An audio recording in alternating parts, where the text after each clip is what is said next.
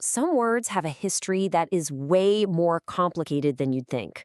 We usually only hear the infamous final chapter of their story, and we totally forget where they even started. A perfect example of this, the word Baal. Okay, let's just dive right into this. To get started, I did something really simple. I just went to Google Translate, typed in the Hebrew word for Baal, and set the language to English. And look at what popped up. Husband. That's it. Just husband.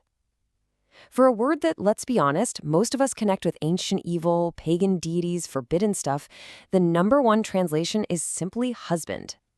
That is definitely not what I was expecting. So what on earth is the real story here?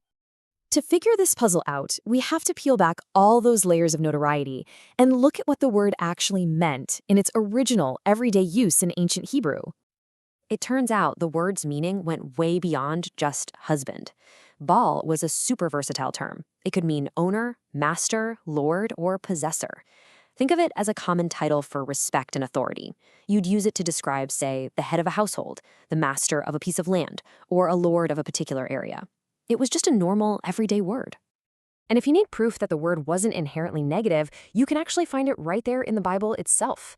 In this really powerful quote from Isaiah, the prophet is describing the relationship between God and Israel. And he says, "For thy maker is thy husband." And guess what? The original Hebrew word used right there for husband is Baal. I mean, if the word itself were evil, there's no way it would be used in such a sacred way to describe God. This is a huge clue for us. And it wasn't just a title either. The word was so common, so integrated into the culture, that it was literally woven into the names of people and places. It was just hiding there in plain sight.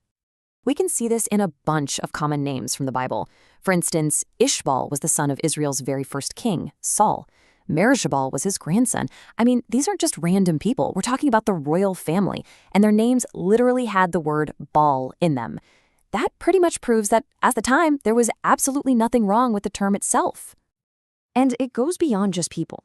The actual landscape of ancient Israel was dotted with places that used the word, like Baal Shalisha or Baal Harmon. The term was simply part of the language, used to describe a place's master or lord. It was basically a geographical descriptor, not some kind of mark of sin. So this brings us right to the heart of the paradox, doesn't it? If Baal was just a common, totally acceptable word used for people, for places, and even as a title for God, then why was Baal worship one of the most condemned things in the entire Old Testament? I mean, the prophets were constantly railing against it, and it was seen as this profound betrayal. How can both of those things possibly be true at the same time? The answer, and really the key to unlocking this whole thing, is all about making one single critical distinction. It's not about the word, it was always about the act of worship. So here's the crucial point. The sin was never ever about using the title Baal. The big prohibition was against idolatry. The act of making and worshiping graven images.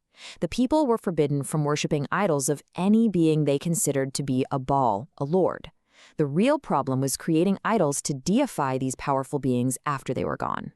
So let's just break it down to make it crystal clear. On one side, you've got the word Baal, which is just an innocent title for a lord or a master. But on the other side, you've got the worship, the forbidden act of bowing down to a physical idol that represents one of these so-called lords. The condemnation was aimed squarely at the act, not the word. It's a really simple but profound difference. Okay, so as we put all these pieces together, we get to the main lesson from this whole linguistic deep dive. Really, the story of Baal is a perfect case study in how context is absolutely everything. A simple functional word for master or husband became one of the most infamous terms in religious history, not because of what it meant, but because of what it got associated with. It became tangled up with the forbidden practice of idol worship, and over hundreds of years, its reputation was just permanently stained.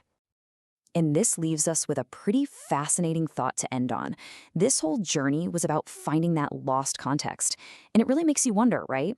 What other words or ideas or even entire chapters of our history have we completely misunderstood just because we're missing the original context they existed in?